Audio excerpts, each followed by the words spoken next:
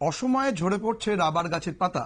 নতুন রোগ সম্বন্ধে কৃষকদের সতর্ক করল রাবার বোর্ড। তবে কৃষকদের অযথা আতঙ্কিত না হওয়ারও অনুরোধ করা হয়েছে রাবার বোর্ডের তরফ থেকে।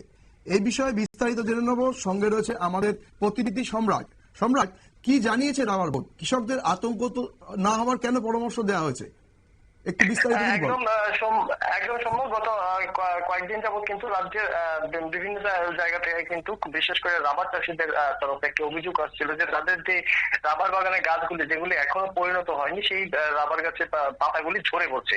এই নিয়ে কৃষকদের মধ্যে একটি আতঙ্ক দেখা দেয়। মূলত দেখা গেছে যে রাজ্যের গোমতী, সিপাহীজলা এবং পশ্চিম ত্রিপুরা জেলার যে রাবার বাগানগুলিতে, এই রাবার বাগানগুলিতেই এই নতুন করে সমস্যা দেখা দিয়েছে এবং এই নিয়ে কিন্তু কৃষকদের মধ্যে ভয়ঙ্কর আতঙ্ক দেখা দিয়েছে। রাবার বোর্ডের তরফে এই বিষয়গুলি লক্ষ্য করা হয় এবং তাদের পক্ষে যে পরীক্ষা নিরীক্ষা করা হয়েছে তারপরে জানানো হয়েছে যে বর্তমানে ত্রিপুরার যে আবহাওয়া, ভেজা আবহাওয়া এবং আর্দ্র পরিবেশ, তার জন্য এটি একটি ছত্রাক জাতীয় রোগ একটি ছড়িয়ে পড়েছে, যার কারণে পাতাগুলি ঝরে পড়েছে। তবে এই নিয়ে আতঙ্কিত হওয়ার কোনো কারণ নেই, কারণ বলা হয়েছে রাবার বোর্ডের তরফে যে কপার অক্সিক্লোরাইড নামক একটি রাসায়নিক রয়েছে, যেটি কৃষকদের যে সার রাসায়নিক দোকান রয়েছে, ওষুধের দোকান রয়েছে, সেখানে পাওয়া যায়।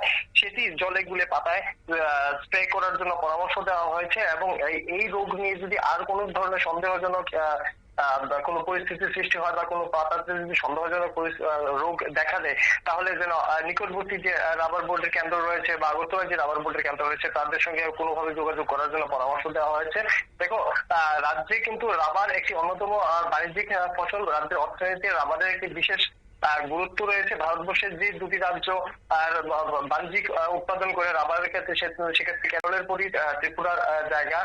তো সেই জায়গায় রাবারের গাছে, বিশেষ করে অপরিপক্ক রাবার গাছগুলিতে এই ধরনের নতুন রোগ কিন্তু রাজ্যের অর্থনীতির জন্য একটি নতুন আতঙ্কের বিষয়। এতে কিন্তু রাবার উৎপাদন আগামী হয়তো এক্ষুনি এই রোগের প্রভাব পড়বে না, কিন্তু অপরিপক্ক গাছগুলি পরিণত হয়তো আরো কয়েক বছরের মধ্যে পরিণত হয়ে রাবার উৎপাদনের জন্য সক্ষম হতে পারতো। সেই ক্ষেত্রে কিন্তু আগামী কয়েক বছরের মধ্যে এই ধরনের রোগের কিন্তু প্রভাব পড়তে পারে। তাই বিষয়টি নিয়ে আতঙ্ক দেখা দিয়েছে। যদিও রাবার বোর্ডের তরফে সমস্ত কৃষকদের সতর্ক করা হয়েছে এবং আশ্বস্ত করা হয়েছে রোগটি তেমন গুরুতর নয়, চিকিৎসা ব্যবস্থা রয়েছে এবং সমস্ত প্রয়োজনীয় পরিস্থিতিতে যেন কৃষকরা রাবার বোর্ডের সঙ্গে দেখা করে। সৌম্য, ধন্যবাদ সম্রাট। আমরা জেনে নিলাম যে কৃষকদের কিভাবে আশ্বস্ত করা হয়েছে রাবার বোর্ডের তরফ থেকে। আমরা নজর রাখবো পরবর্তী খবরের দিকে। তার আগে নিয়ে নেব বিরতি। পরবর্তী লাইভে নজর রাখুন, দেখতে থাকুন নিউজ ভ্যানগার্ড। নমস্কার।